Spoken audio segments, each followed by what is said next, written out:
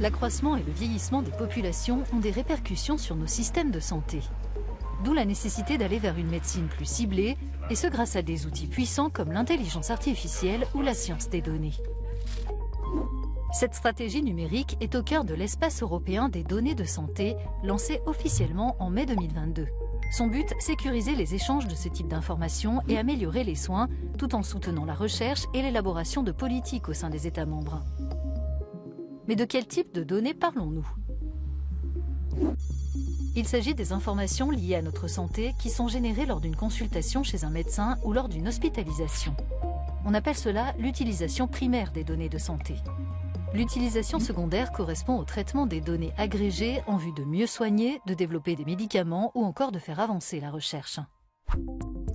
C'est à Paris que l'on trouve un des exemples les plus avancés d'infrastructures de santé numérique en Europe. Le Health Data Hub travaille avec différents acteurs de l'écosystème de santé. Il a mis en place une plateforme technologique qui permet à des porteurs de projets d'intérêt public d'accéder à un grand volume de données pertinentes. L'intelligence artificielle, c'est de pouvoir passer d'une médecine qui soigne quand on est déjà malade à une médecine qui alerte sur les risques d'une personne d'avoir une hospitalisation. Ça va être de passer d'une médecine qui soigne à une médecine qui fait de la prévention. Quand il s'agit de rassembler des informations de santé provenant de différents pays avec des normes et des langues différentes, le défi consiste à trouver un codage commun. Il faut alors procéder en 2 étapes.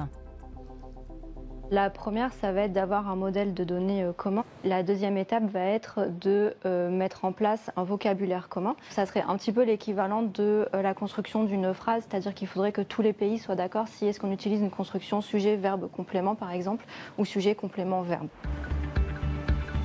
Créer des passerelles entre les bases de données est l'une des missions de l'espace européen des données de santé, mais le partage d'informations confidentielles exige un haut niveau de sécurité.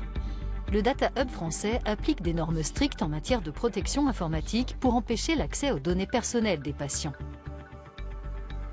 À aucun moment, nous avons le droit d'accéder aux données directement identifiantes. On ouvre des bulles sécurisées pour chaque projet de recherche qui opère sur notre plateforme. Ce sont des bulles qui sont totalement hermétiques les unes aux autres, totalement indépendantes, dans lesquelles les chercheurs ont accès exclusivement aux données pseudonymes dont ils ont besoin. Évidemment, il n'y a aucune possibilité de sortir les données en dehors de cette bulle. En Finlande, on trouve un autre exemple réussi dans la gestion des données de santé.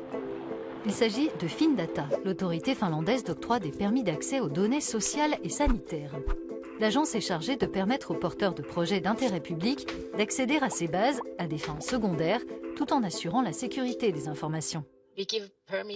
Nous donnons des permis d'utilisation des données de santé dans la recherche, mais aussi dans l'enseignement, le développement, l'innovation ou l'élaboration de politiques.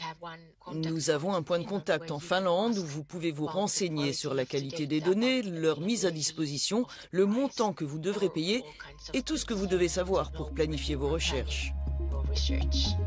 L'espace européen des données de santé devrait connaître une avancée majeure en septembre 2022 avec le lancement de sa version pilote. Celle-ci suivra l'utilisation transfrontalière des données de santé sur des questions spécifiques comme le cancer, les maladies rares et les parcours de soins.